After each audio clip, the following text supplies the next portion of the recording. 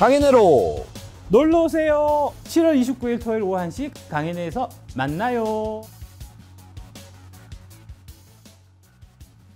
안녕하세요. 만나서 반갑습니다. 개천에서 용재난다의 김용재입니다. 자, 오늘도 좀 뜻깊은 시간을 가지게 되었습니다. 저번에 한번 모셔서 촬영을 진행하였고 이번에 또 한번 이렇게 모시게 되어서 촬영을 진행을 하게 되었는데 요즘 제일 바쁘시고 활동도 많이 하시는 우리 박순혁 이사님하고 같이 또 이렇게 두 번째 시간을 맞이하게 됐습니다. 인사 한번 부탁드립니다. 예. A표체연구소 회원 여러분 뵙게 돼서 대단히 반갑습니다. 네. 예, 또 뵙게 돼서 네. 좋습니다. 요즘 뭐 2차 전지 쪽은 어떻습니까? 이사님께서 보시기에. 네, 예. 지금 이제 딱 또 타이밍이죠. 지금이 예. 항상 적기다. 지금이 딱 적기죠. 예. 그러니까 4월 초 중순까지 이제 랠리를 한번 했었고, 그 다음에 이제 도저히 그 걔들이 공매도 쳤던 기관들이 도저히 이제 자기네들 힘으로 해결이 안 돼갖고 이제 금융감독을 움직인 거 아닙니까? 금융감독 원장이 빠져갖고 2차 전지가 싸네 비싸네 있단 소리나. 그래가지고 그 이후에 이제 보면은 공매도 공격이 집중되면서 이제 리포트, 매도 리포트 이제 막 나오고, 그래서 이제 그게 좀 영향을 미쳐갖고 이제 4월 한 중순부터 해서 5월, 뭐 6월 중순 정도까지 조금 이렇게 이제 좀 잠잠하게 좀 조정 기간을 거쳤고 잘 거치고 나서 지금 다시 랠리를 지금 뿜고 있는 과정이다라고 보시면 될 것 같고요. 그러니까 제가 2월, 3월, 4월 계속 이제 일관적으로 말씀드렸던 게 올해는 2차 전지를 갖고 있는 사람과 그렇지 않은 사람 간에 이제 하늘과 땅 차이가 났거든요. 그렇죠. 아마 계좌 수익률 자체가 차이가 많이 났을 겁니다. 요즘 보면 뭐 개인 투자자들 에코프로나 에코프로 BM 한 주씩은 다들 들고 있는 것 같더라고요. 예, 얼마가 됐던 간에 그냥 그거 잘못 알고 계신 겁니다. 그래요? 예. 개인 투자자들 중에 이제 대다수는 이제 삼성전자, 하이닉스, 네이버, 카카오를 한 주씩 다 들고 있는 경우가 훨씬 많고요. 그거 뭐 우리나라 대표. 근데 이제 왜 그러냐면 부끄러워서 얘기를 못해.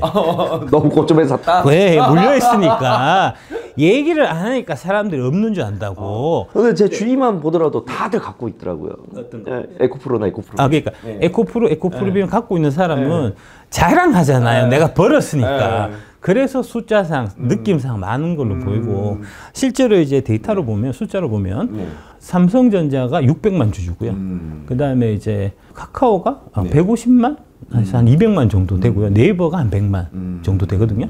그에 비해서 에코프로 BM이 30만 주주고요. 별로 안 되네요. 예, 에코프로가 20만 주주입니다. 개인들이 갖고 있는 비중이 정말 별로 안 되네. 나는 숫자로 얘기하는 사람이지. 애널리스트는 숫자로 얘기하는 사람이잖아요.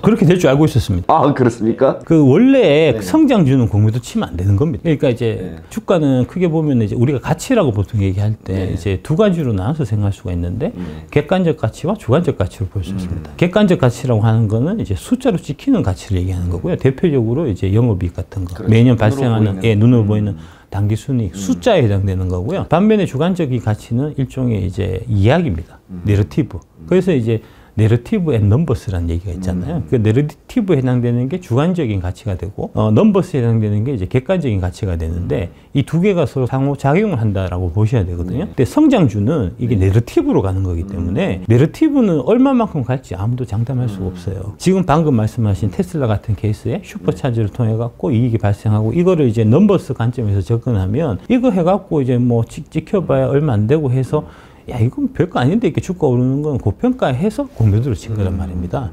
그런데 주식시장에 참가하는 사람들은 그 슈퍼차저부터 시작해서 거기서 이제 무한한 사업 기회나 이제 성장 가능성, 무궁무진한 이제 발전 가능성 이런 걸 보고 꿈을 꿔버린단 말입니다. 그러면은 주가가 지금처럼 날아가고 공매도가 작살나는 거잖아요. 그래서 함부로 성장주는 공매도를 치는 게 아니거든요. 근데 뭐 공매도 뭐 비중이 어마어마하니까. 엔비디아도 마찬가지예요. 엔비디아 같은 경우도 이제 챗 GPT 해갖고 해봐야 사실 숫자로 지키는 거는 그렇게 여러분들이 기대하시는 만큼 안 지킬 겁니다.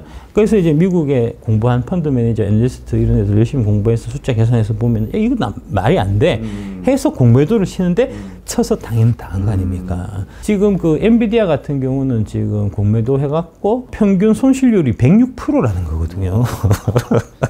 공매도가 그렇게 쉽게 당하지는 않는데. 예. 너무 많이 올라가 버리니까 예. 공매도도 그러니까 성장주 공매도 치는 거는 자살행위예요. 대한민국의 지금 가장 큰 성장 산업이 2차 전지고 거기서도 가장 빠른 성장을 나타내는 게 지금 에코프로인데 그거를 공매도 쳤으니까 뒤지는 거지. 결정돼 있는 거 아닙니까 그거는. 보통 우리나라 주식들이 올라가면 공매도가 다 들어와 버리죠. 습관적이에요. 네, 습관적으로. 예전에 뭐 셀트리온 삼형제도 그랬었고 셀트리온도 얼마나 말 많이 나왔습니까? 공매도 때문에. 자꾸 그 셀트리온 얘기하는 사람들인데 공매도 쪽에서 셀트리온을 봐라, 에코프로 셀트리온 된다 이런 식으로 얘기하는 거 있는데 사실은 셀트리온 공매도도 작살난 거예요. 그렇죠. 많이 올랐었죠. 2017년, 18년에 공매도 스퀴즈 나타나서 셀트리온이 그때 이제 코스닥에 있다가 코스피로 옮기면서 공매도가 쇼트 스퀴즈가 당했어요. 그러면서 단기간에 3배 올랐거든요. 그때도 학살당했어요. 었다고 함부로 치는 거 아니라니까. 지금 셀트리온 공매도가 먹히는 이유는 뭐냐면 이제 셀트리온이 그 동안에 고성장 국면이 끝났고, 그렇죠, 끝났죠. 예, 지금은 이제 2020년부터 해서 보면 매해 영업이익 성장률이 한 자리 숫자입니다. 그래서 이제 고성장 국면이 끝나서 지금은 저성장으로 바뀌었기 때문에 공매도를 공격해도 그게 먹히는 거지. 과거같이 고성장 상황에서 공매도 쳤던 셀트리온 공매도 했던 애들은 다 피똥 쌌다니까요. 그렇죠. 그것뿐만 아니고 그 HLB 그것도 이제 한때는 공매도를 되게 많이 쳤던 종목인데 그때 많이 쳐갖고 작살난 애가 타이거 자산운용이에요. 그때 사과문 썼었거든요. 요번에 에코프로 BM도 공매도 쳤다가 또 사과문 썼다는 거 아닙니까? 예. 한번 당하면 좀 배우고 좀 깨닫는 게 있어야지. 맨날 그 모양 그 꼴이니까 니들이 발전이 없지. 일단은 주식이 올라간다 그런다면 뭐 공매도가 다 달라붙어 버리니까 어떻게든 끌어내리려고 잘 되는 걸 잘 못 보는 것 같더라고요. 장비주 지금 타이밍이 같습니다. 장비주. 장비주 쪽으로... 안 그래도 제가 오기 전에 그 저기 용재 대표님 그 쇼츠 몇 개 내가 보고 왔는데 장비주 얘기하시더라고 최근에. 그제 제가 이제 좀 많이 했거든요. 타이밍 것 같다고. 차트도 그렇게 나왔고. 저도 딱 동일한 생각입니다. 차트는 제가 잘 모르겠는데 타이밍은 딱 그 타이밍이라고 생각이 드는 게 왜 그러냐면 최근에 이제 여러분들이 잘 모르시겠지만 그 기사는 별로 많이 안 됐지만 어떤 일이 있었냐면 SK온이 SK하고 이제 포드하고 하고 있는 그 블루오블 SK라는 합작사가 있어요. 그게 이제 미국에서 12조 원의 정책 자금 지원을 받습니다. 미국 정부에서 12조 원을 대주는 거예요. 공장 지으라고. 공장 지으러 돈 받아서 어떻게 하겠습니까? 공장 지을 거 아닙니까? 장비 발주 나올 거 아닙니까? 그래서 지금 타이밍이라는 거고요. 엊그제 무슨 일이 있었냐면은 LG 엔솔이 캐나다 정부로부터 14조 원의 정책 자금을 지원을 받아요. 돈이 들어오거든요. 그러면 장비 발주 나올 거 아닙니까? 지금 딱 타이밍이라니까. 장비주가 그동안 좀 많이 소외된 감이 없지 않아 있었는데 이제는 저도 이제 장비주 쪽에 좀 많이 주목이 쏠리지 않을까. 그래서 저도 좀 가장 주목하고 있는 게 장비주 쪽들 종목들을 싹 끄집어내가지고 하나씩 지금 보고 있는 중이거든요. 저도 모르는 기업들이 많다 보니까 대체 이 회사는 뭐 하는 회사야, 왜 2차전지 장비주로 얘가 분류가 돼 있지 하면서 하나하나씩 찾아보고 있는데 그 말씀하셨던 D&T 며칠 전에 그게 제가 저번에 핀트 드리고 간 그 종목이잖아요. 그 레이저를 이용한 이제 장비가 앞으로 중요해질 거다. 그거 제가 D&T를 염두에 두고 사실 말씀드린 거거든요. 잘 찾으셨더라고 또 D&T. 그 다음에 그 선 소장님이 선대인 소장님이 이제 장비는 기업 방문을 많이 하셔갖고 선대인 소장님께서 그 윤성 FNC를 그때 이제 그 김작가 TV 갔을 때 저하고 같이 이제 출연했을 때 윤성 FNC를 되게 좋게 말씀하시던데 얘기 들어보니까 좋겠더라고요. 그게 이제 뭐냐면은 믹싱 장비인데 원래 믹싱 장비가 되게 이게 커요. 되게 커서 이제 한 뭐 2, 3층 규모가 되거든요. 근데 그 윤성 FNC에서 만든 그 믹싱 장비가 이제 규모가 좀 그러니까 크기가 확 준 거여 갖고 그러면은 이제 공장 지을 때 좀 작게 지어도 되잖아요. 그래서 이제 그런 면에서 되게 장점이 있을 거다라고 이제 선대인 소장님이 말씀하셨는데 제가 이제 옆에서 듣다 보니까 그렇듯하더라고. 이사님께서 따로 보고 계시는 장비주는? 네, 장비주 없습니다. 저는 이제 8종목 안에서만 어차피 투자할 거니까, 그 안에서만 할 거니까, 장비 쪽은 안 하시고? 자, 25년 12월 31일 이후에 보겠습니다. 그래서 저는 지금 눈을 자꾸 돌리고 있는 게 장비주 쪽에서 많이 올라가지 못한 것들.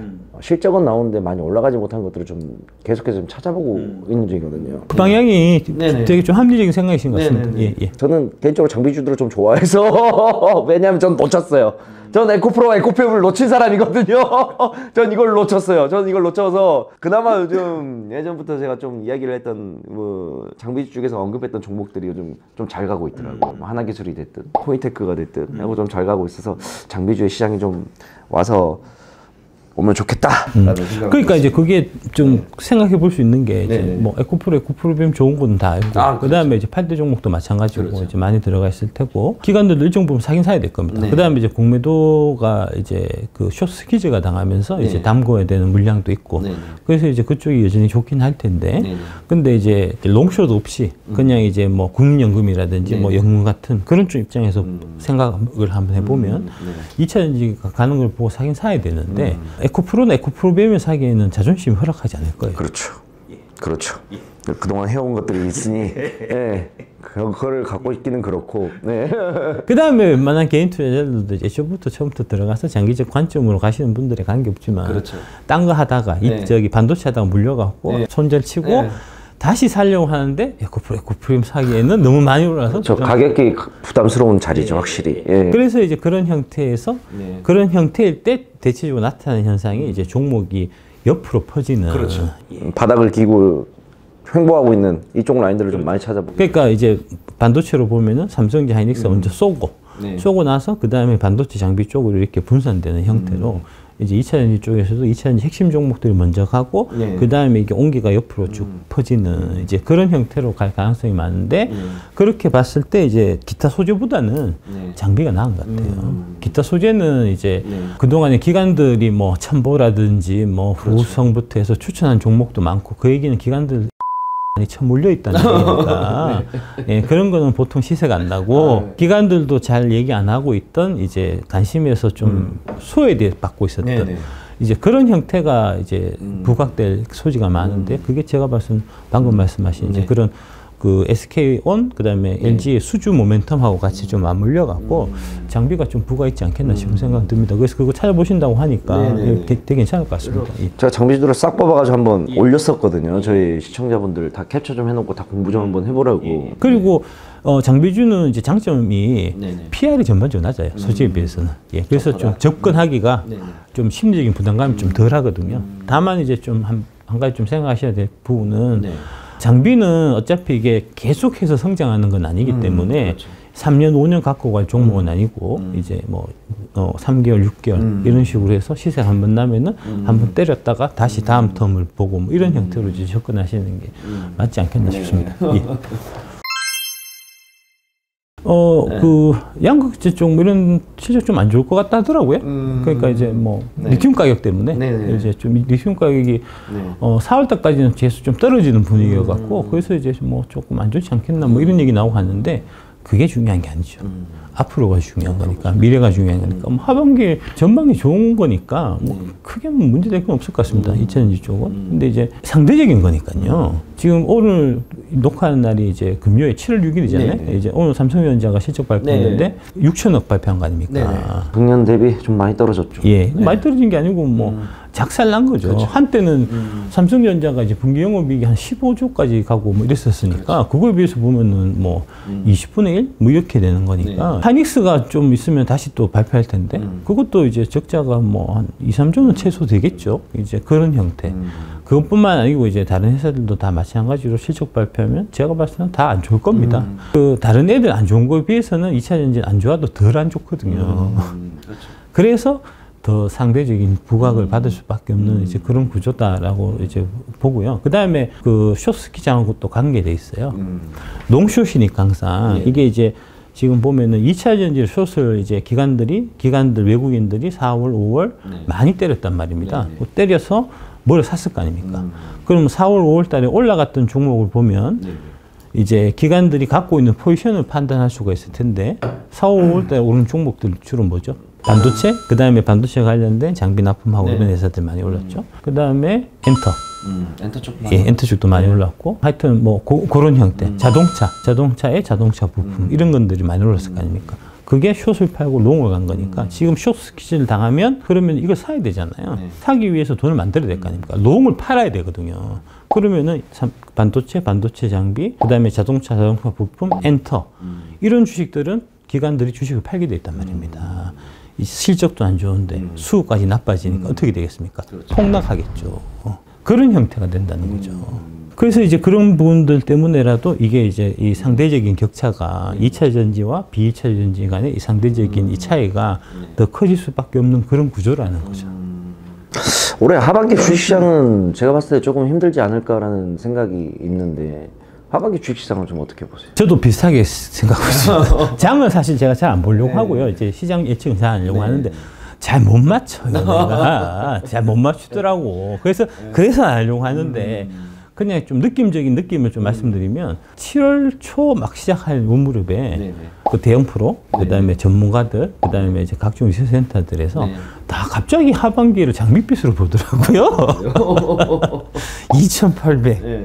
3,000, 야 내년 4,000 간다 이런 얘기 막 하더라고요. 그래서 아 등골이 세하다. 아니나 다를까 지금 빠지잖아 지금. 이게 시장을 이기는 종목은 없다고 늘 얘기를 하는데 제가 바라보는 이제 시장은 하반기 때 좀 빠질 거라고 보면 2차 전지 그동안 수급을 많이 받았던 것도 한 타임 좀 쉬어가는 모습이 나오지 않을까라고 이제 저는 생각을 좀 하고 있거든요. 뭐 에코프로도 마찬가지고 전반적으로 다 한번 8월 실적 시즌에 맞춰가지고 한 8월 9월 때까지 한번 조정을 받지 않을까라는 생각이 좀 있는데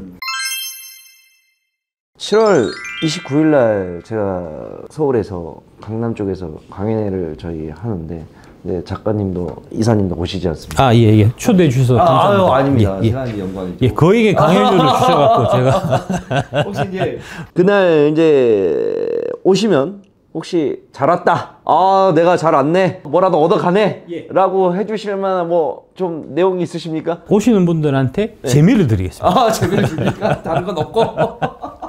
그 재미는 제가 더 많이 드릴 수가 있는 것 같은데. 재미와 이제 감동을 드리려고 하고요.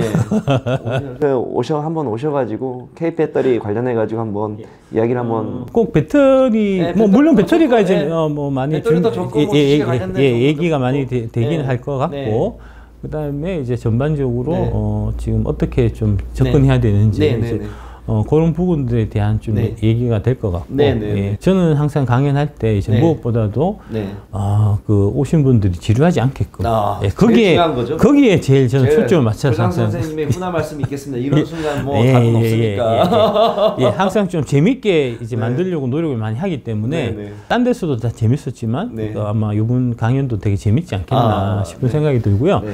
대략 한 1시간 반 정도로 생각하고 있는데 네. 이제 45분 정도로 짧게 강연하고 네. 나머지 45분 정도는 이제 여러분들의 이제 네. 질문에 대한 답을 많이 드리는 네, 이제 네. 그런 걸로 한번 좀 생각을 하고 있습니다. 네. 예, 많이 참석해 주셔갖고 저랑 같이 이제 즐거운 시간 많이 이제 가져주셨으면 고맙습니다. 네, 우리 시청자분들 많이 참여해 주세요. 공지사항으로 제가 곧 올리도록 하겠습니다. 신청서나 이런 거는. 자, 오늘은 그러면 여기까지만 진행을.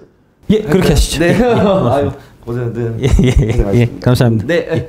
시청자 여러분들, 오늘은 이게 주식에 관련된 이야기도 뭐 중요하긴 한데 뭐 그냥 이렇게 한 번씩 오셔가지고 이런저런 얘기하면서 주식시장 이야기하는 것도 나쁘지는 않다고 저도 생각을 합니다. 오늘 또 이 영상을 보시는 우리 시청자분들께서 뭐 즐거운 시간 보내셨으면 좋겠고요. 뭐 하나라도 얻어 가시는 게 있다 그런다면 너무나 좋은 것 같습니다.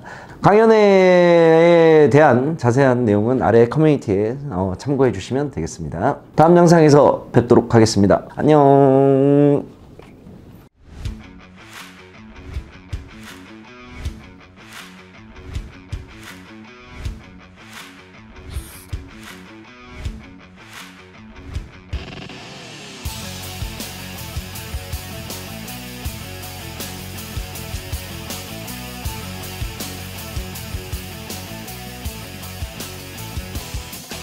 강연회로 놀러 오세요. 7월 29일 토요일 오후 1시 강연회에서 만나요.